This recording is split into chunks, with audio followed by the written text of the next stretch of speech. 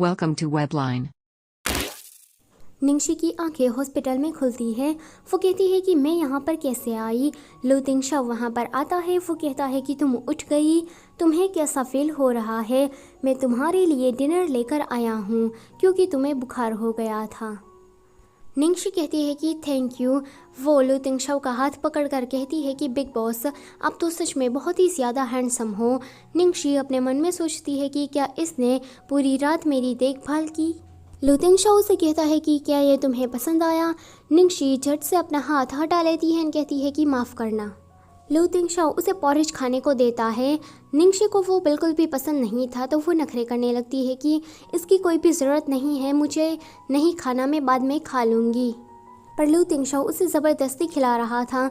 निंगशी अपने मन में सोचती है कि ये मिस्टर लू मुझे इतनी अच्छी तरीके से ट्रीट क्यों कर रहा है। लू तिंगशाओ फिर वहाँ से चला जाता है। उसके जाने के बाद निंगशी अकेली होती है तो वो न्यूज़ देखने लगती है। वो देखती है कि जुलाव ने तो उसके खिलाफ बहुत सारे स्टेटमेंट दिए हैं। सारे लोग निंगशी को बुरा मान रहे थे और जुलाव को हीरो कह रहे थे। लू तिंगशाओ झट से आता है और कहता है कि इसे मत पढ़ो।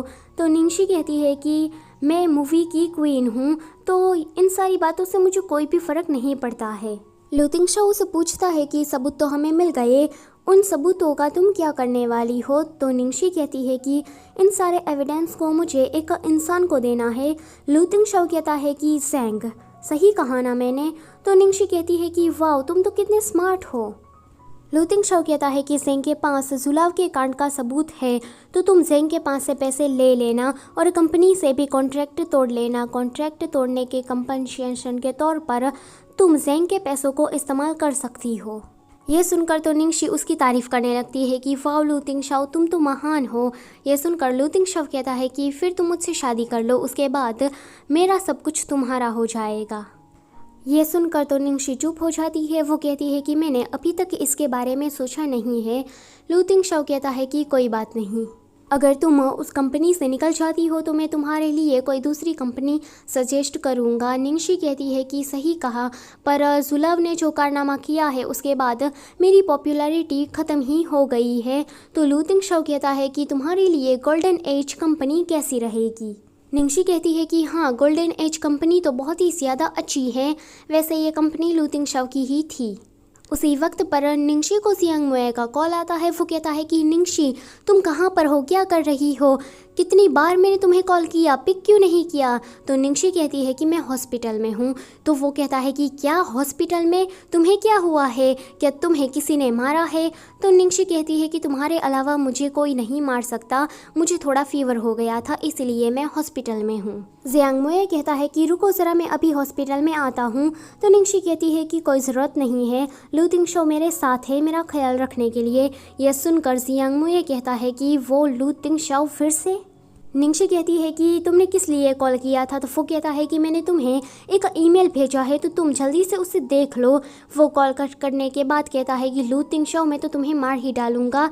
निंगशी, तुम अब देखना, तुम्हारी साइड मैं हूँ ना कि लू तिंगशाओ। वो ज़ोर से चिल्लाता है कि लू तिंगशाओ बेशर्म कहीं के।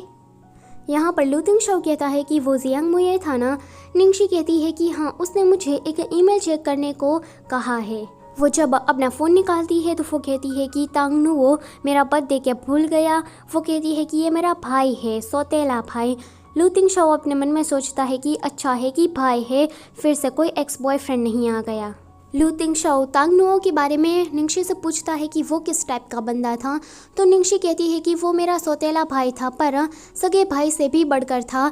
दादी माँ यानी कि उसकी जो सौतेली दादी माँ थी वो ना हमेशा मर्दों को ज़्यादा भाव देती थी, पुराने ज़माने के ख़यालात की थी, लड़कियों को हमेशा ही नीचा देखती थी। ना तो मुझे अच्छे कपड़े पहनने को देती थी और ना ही मुझे अच्छा खाना खिलाती थी। पर तांगनुओ वो हमेशा ही अपने हिस्से का खाना मुझे देने आता था। वहाँ भी मुझे टॉर्चर जैसा ही फील होता था, पर तांगनुओ और सुयान की वजह से बिल्कुल भी ऐसा नहीं लगता था। लू तिंगशाओ कहता है कि अब तुम्हारे पास एक अच्छी फैमिली हो सकती है। जुलाव भी उसी हॉस्पिटल में थी जहाँ पर निंगशी थी। जुलाव के पास बहुत सारे रिपोर्टर आते हैं। वो उससे सवाल जवाब करने लगते हैं कि निंगशी क्या जेल में जाने के डर से भाग गई है, निंगशी अभी कहाँ पर है, आप लोगों के बीच क्या कोई पर्सनल दुश्मनी है, निंगशी क्या आपसे जलती है, वो अभी कहाँ पर है। जुलाव अचानक से ही अच्छा बनने का नाटक करने लगती है। वो तो हमेशा ही करती ही है। वो कहती है कि मुझे नहीं पता है कि वो कहाँ पर है, पर अगर वो मुझसे माफ़ी मांगती है तो मैं उसे माफ़ कर दूंगी और मैं उस पर कोई भी केस नहीं करूंगी। उसने मुझे तलवार से स्टैब किया है, पर मैं अभी भी उसे एक मौका देना चाहती हूँ। निंगशी जुलाव को ये सारी बातें करते हुए दूर से ही देख लेती है। रिपोर्टर का ध्यान निंगशी पर जाता है तो वो जुलाव को छोड़कर निंगशी के पास जाने लगते हैं। लिटिल ट्रेजर भी उन लोगों के साथ था, तो निंगशी को लिटिल ट्रेजर की चिंता होने लगती है कि वो इतने सारे लोगों का सामना कैसे करेगा। पर लू तिंगशाव वो तो अपने बॉडीगार्ड्स ही बुला लेता है। बॉडीगार्ड्स एक भी रिपोर्टर को अंदर जाने नहीं दे रहे थे एंड ये दोनों भी अंदर आ जाते हैं।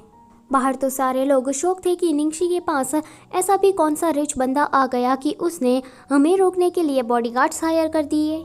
सो ये वाला चैप्टर तो होता है यहीं पर ही ख़त्म। गाइस, मैं आपसे पूछना चाहती हूँ कि आपकी ज़िंदगी में भी कोई जुलाव जैसी लड़की है? मेरा मतलब है कि आपके स्कूल, कॉलेज या फिर आप जहाँ काम करते हो वहाँ पर ऐसी कोई लड़की है तो उसका नाम ना मुझे कमेंट में ज़रूर बताना। Also don't forget to like, share and subscribe. Thank you for watching.